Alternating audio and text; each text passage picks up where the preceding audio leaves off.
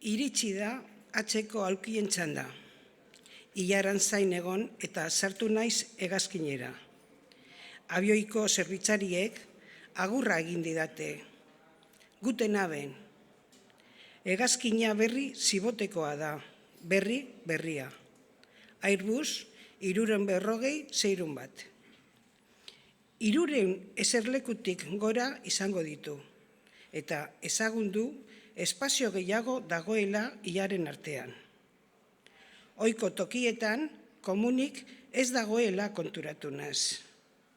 Hegazkinaren erdian eskaleratxo batzuk daude beheko solairua jaisteko. Hantxe daude komunak. Iritsi naiz nire eserlekura, 49C, korridoare ondoan. Bastidaren libreta bertatik atera eta poltsa goiko armairuan sartu dut.